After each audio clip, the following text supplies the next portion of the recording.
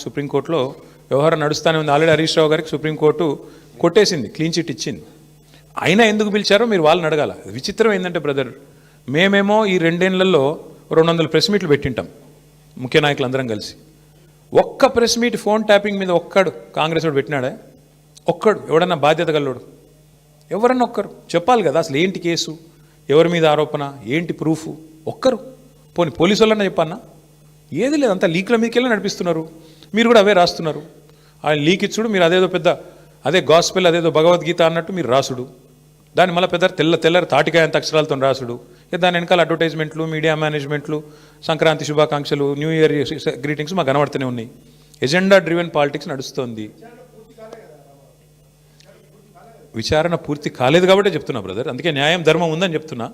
బరాబర్ కొట్లాడతాము, బరాబర్ న్యాయస్థానాన్ని ఆశ్రయించి 100% విచారణ పూర్తి కాలేదంటే ఆయన హరీష్ రావు గారికి ఆల్రెడీ క్లీన్ చిట్ ఇచ్చింది కదా సుప్రీంకోర్టు.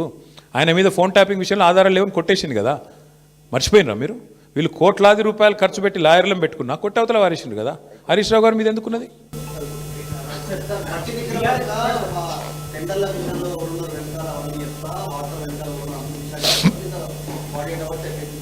నా పేరు KT Ramarao. You're asking the wrong person. ఏమవుతుంది అన్నది లేదు. దొంగలు కలిసి ఉల్లు పంచుకుంటున్నారు. ఒక ఆయన మిస్టర్ 20%, ఒక ఆయన బ్యాగ్ మ్యాన్.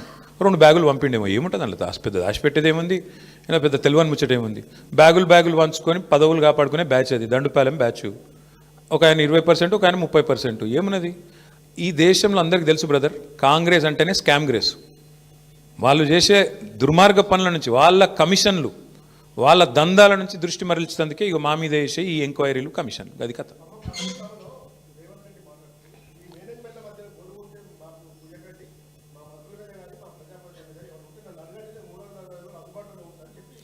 అదే అందుబాటులో ఉండే ఇళ్ళకే పోతుండు కదా, ఇళ్ళకే పోయి దండాలు పెడుతుండు కదా, కాలు మొక్కు వస్తుండు కదా, నా మీద మంచిగా రాయినరి, నా దొంగతనం బయట పెట్టకుండ్రి, మీకు కూడా కొంత ఇస్తాను. ఏమంటుండో మరి నాకే మెరక, మీరు అడగాలి మీ మేనేజ్మెంట్లో, నాకు తెలియదు.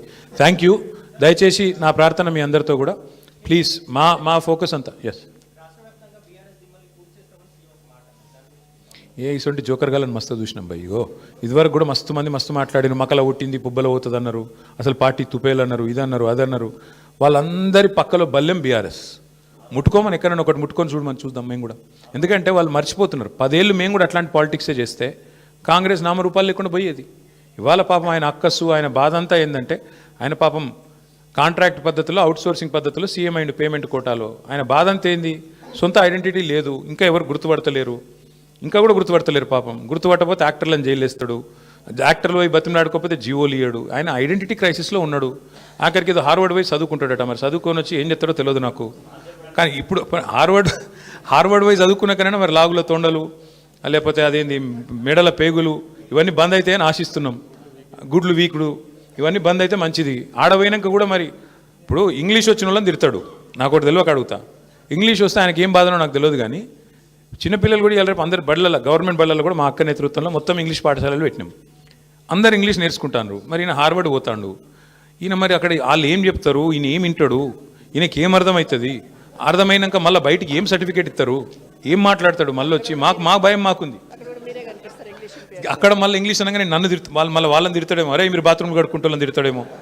ఇక్కడ అమెరికాలో ఎవరి బాత్రూమ్ వాడు కడుక్కుంటాడు, మరి ఆడ ప్రొఫెసర్ అయినా కూడా వాని బాత్రూమ్ వాడు కడుక్కోవాలి. కాబట్టి మరి ఈయన పోయి ఏం నేర్చుకుంటాడు, ఏమవుతుంది చూడాలి. మరి 30 తారీఖు నాడు నేనైతే అనుకుంటున్నా రేవంత్ రెడ్డి గారు కొత్త మనిషి వస్తాడేమో. ఆ కొత్త మనిషి ఏమైనా కొత్త మాటలు ఏమైనా చెప్తాడా, మళ్ళీ గదే చెత్త మాటలు చెప్తాడా చూద్దాం. Thank you. జై తెలంగాణ. క్యూ న్యూస్ పేరు చెప్పి ఎవరైనా వసూళ్లకు, అక్రమాలకు, బెదిరింపులకు గురి చేసిన క్యూ న్యూస్కి సమాచారం ఇవ్వండి. క్యూ న్యూస్ ఎప్పుడూ ఇలాంటి చర్యలకు పాల్పడదు, ప్రోత్సహించదు. క్యూ న్యూస్ ఎల్లప్పుడూ ప్రజా గొంతుకగా ప్రజల సమస్యల కోసం నిరంతరం పోరాడుతుంది. మీకు ఎలాంటి సమస్య ఉన్నా క్యూ న్యూస్ని కాంటాక్ట్ అవ్వండి. సంప్రదించవలసిన ఫోన్ నెంబర్ 7569534968 8688926084.